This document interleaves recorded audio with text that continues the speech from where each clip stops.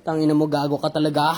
Putang ina mo, pakipay mo talaga. Kamu ko yung ibon na karakter ko. Putang ina mo talaga, manimik ka. Tayo ka dyan. Putang ina mo, kamu ko yung toro. Nanggaling si Mindoro. Tangina talaga, pinasan sa Inidoro. Putang ina mo talaga, manimik ka. Gago sa malikit ka. Yung dos por dos, Paco de cuatro. Putang ina mo talaga, wala ka na sabihin mo. Gago sa malikit ka. Yung dos por dos, ito sa tabi ko. Gago kamu yung ibon dyan. Kasi pinaride chicken ko na yan. Gago, tangina mo ka. Tangina mo, nilalagay yung katawan mo dyan sa restaurant. Kasi ang taba-taba mo. Kala ka na, kaladala kasi ikaw. Putang ina ka.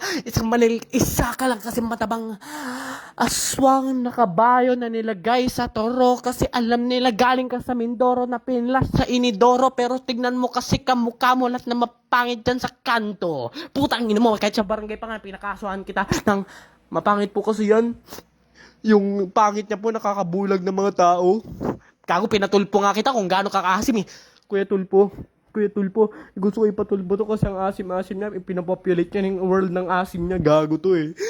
Gago ang asim mo, gago kaya wala palang gusto lumapit sa'yo sa puta school mo kung may school dance.